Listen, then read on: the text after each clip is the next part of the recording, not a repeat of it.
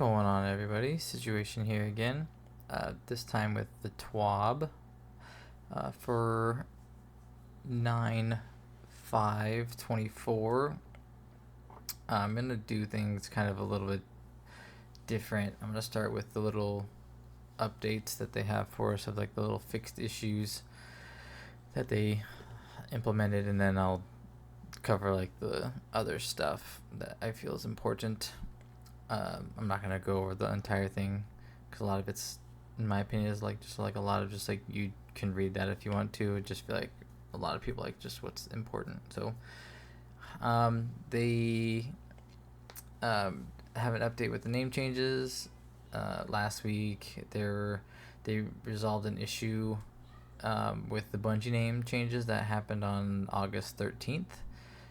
As a first step to fix the issues, all players received an additional name change token to update their names, regardless if they were affected or not. They're aware that some players still can't use their token and cannot use their previous name they had before, so they're investigating that. So you might still be able to get a name change here soon, or your old one, depending on what you want. The Encore exotic mission has a couple bugs. They're aware of a number of issues that are causing the progress to be blocked or wipes in certain areas of the Encore mission. They have these 3 fixes scheduled for next week. They're gonna fix the problem that was causing Encore to not appear as an option in Fireteam Finder. They're going to fix a problem where progression could be blocked in the final boss encounter if the player hadn't repeat either the left or right capture ring. And then they're going to fix an issue where depositing a connection module too early during a certain section of the mission could trigger a team wipe. I haven't encountered anything like that. I've ran the mission at least like 5 times, I think. But I didn't have that issue. My buddy didn't have that issue with anything. We didn't have any wipes or anything like that. So if that happened to you, that is very unfortunate. Hopefully it doesn't happen too many times, because I do like the mission. It's nice that it kind of is, they're changing the enemies kind of each week for the catalyst. It's kind of cool.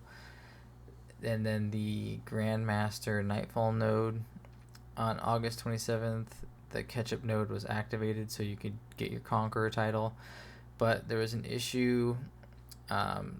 Players who hadn't completed the Grandmaster versions of the 6 previous featured Nightfalls were unable to properly access it, and that is planned to be fixed next week with the 8.0.5.4 update. Those are the few little fixes that they're kind of working on. So we're gonna go to this first part here. There is going to be that everyone's kind of was like wondering if it was gonna happen. If you kind of kept up with Bungie at all, this is the 10th year that Destiny has been a franchise. Destiny 1, Destiny 2, and so on September 9th marks the 10th anniversary, which is pretty neat. They have a small in-game celebration.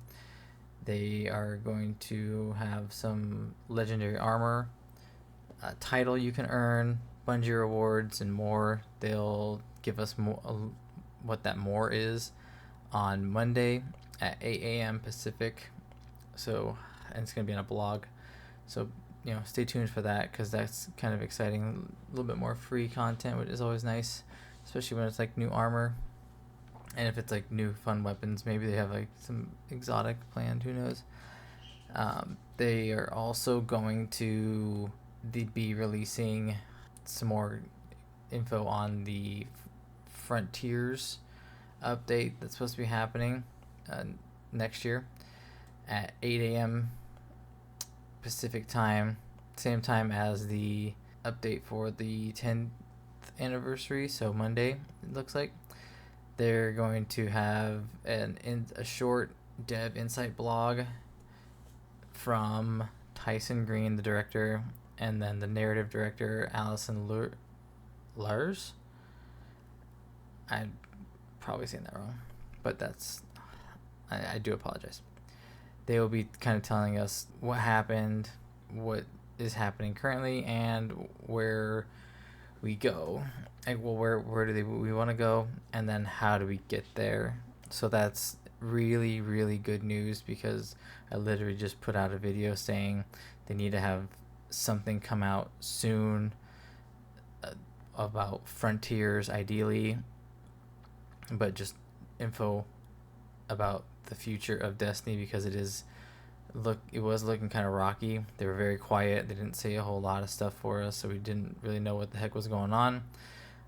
I'm usually an optimist, and I couldn't help but think about Anthem and that whole thing, how they kind of were just like, oh, we're gonna fix it, and then they went quiet for a long time, and then they're like, oh yeah, and then actually the game's going away. So I really didn't want that to happen, because I really like this game, and it's something I continue to play all the time. Even when I really don't have a whole lot going on, I can just mess around with like either my fashion or just driving around, or maybe trying to solo some harder content that I've been wanting to solo, and I just never got around to it because I would always be doing stuff with my buddies. But yeah, so that's really, really good that they're going to be giving us some more updates on that.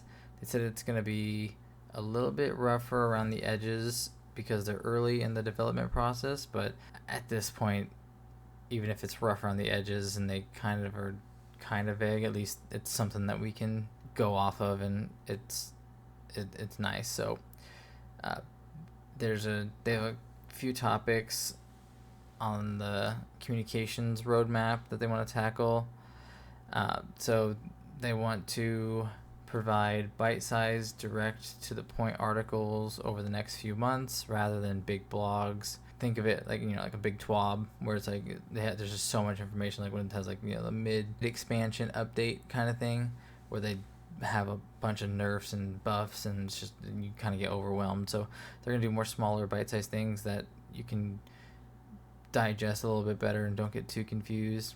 So it looks like they're going to try to do it weekly, but I mean, don't be too butthurt if it's like you have it one week and then you have it the next week, but then the third week is kind of quiet, is they don't have anything, but then they have something the fourth week. So don't be surprised if they don't have anything every week, but obviously it would be nice so we know what's going on. They are doing an update to the raids and dungeons rotation, which is really good. They are going to make it so that there are 2 raids and 2 dungeons per week in the rotator. So it's not once per week, so that way it's on like a monthly basis essentially. So once a month 2 raids will be featured. In the next week 2 raids, because there's a total of 8 as of right now. So once a month, that those 2 raids should be in the rotation, so you can, if you want to get like your titles for the raid or the dungeon, then it will help you out to be able to get that kind of stuff, especially like the master, for like the title. So that's good. So it looks like on October 8th, and this starts the second episode, The Revenant. So, and that starts on October 8th. So October 8th, it looks like it's going to be Last Wish and Vow of the Disciple as the raids. And then the dungeons is going to be Shattered Throne and Duality. So if you are looking to do Artifice Armor for those, or you want to get the master version of the raids done, do that. So it should help with keeping the player base kind of a little more active than what it was, where it was just like, oh, I don't care about the raid this week, I don't want to do it, so you have to wait even longer. So this is good. And then, as you know, there's the sword update going on for this week right now. 1000 Voices is affected by that. It's getting unlimited ammo, just replenishing ammo, so I hope you're having fun with that. I'm still just kind of messing around with my Choir 1 and getting like a solid build on that, especially since they're doing something to that here soon. I'm not thrilled about. Speaking of, The designer of the Choir of One spoke during the TWAB and stated some few things that were going to be changed, essentially. I'm not going to get too heavy into the weeds with it. Basically, they break it down of why it kind of got bugged. Essentially, just that it's like a primary with the auto rifle, but it's using special and it's making some things weird. So right now there's 2 bugs, and they're gonna fix it when Revenant launches. So on October 8th, that you can sometimes bypass the actual cap of the inventory because of the rare race condition with the perk that's supposed to cap how much ammo you have. But with reserve mods, you can spawn with more than the perk capped limit, and it doesn't always catch it and remove the bonus ammo. It wasn't supposed to get the buff, the inventory buff that other special weapons got, as the increase was already implemented in the weapon by design. So it was already factory made with the ammo bump essentially to the thing, but by doing the reserves, you're somehow able to bypass that. So they are changing that, so they're not trying to make it irrelevant in end game because it is an auto rifle, let's be honest. So you just burn through the ammo in the hip fire mode, so you just use it as an auto rifle really, and then with the big guys you just kind of chunk them with the wyvern shot. They're adjusting the ammo to 200 base and 300 with reserves. So right now it has 250. They're going to knock it down to 200. And then it's hitting 375 with reserves, and it's going to drop down to 300. So they didn't want to take away the damage. The damage would have to come down a lot, and nobody wants that. There'd be a complete uproar if they touch the damage on it, because it's a pretty fun gun. It's very unique and fun. I do enjoy it. I'm having a lot of fun with it. So they're messing with the reserves and how much it can hold as opposed to the damage. They balanced the weapon at between 2 and 250 ammo, and it felt pretty strong. Then with triple reserves, you get around 300 ammo. That was a treat in that you could use the hip fire mode a little bit more freely. You didn't have to try to plan it out. But 400 ammo that they were maybe gonna do, they felt it was too much and it's too unbalanced for the sandbox in PvE. There's extra damage being attained with Divinity. The best video I can tell you is there's a video that Astacross did that he did a damage test on the Ogre and Grasp of Avarice, and it was doing insane damage.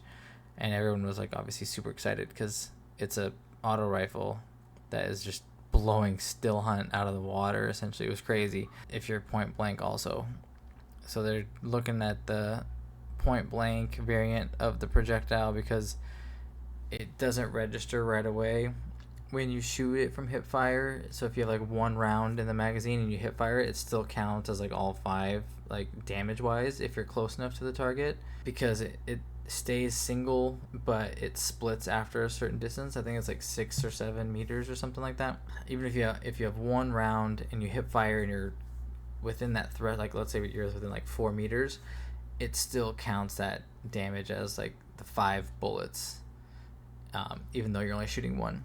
So that was kind of a fun little thing to kind of find out, but it's just doing too much damage, and so they're gonna look at that point blank variant of the projectile, and they're probably gonna tweak it a little bit.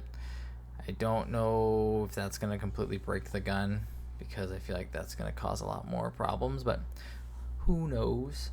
But I'm torn because, one, I don't want them to really do anything to Choir of One, especially with the artifact mod going away that kind of buffs auto rifles right now, unless they have more auto rifle stuff planned for next episode.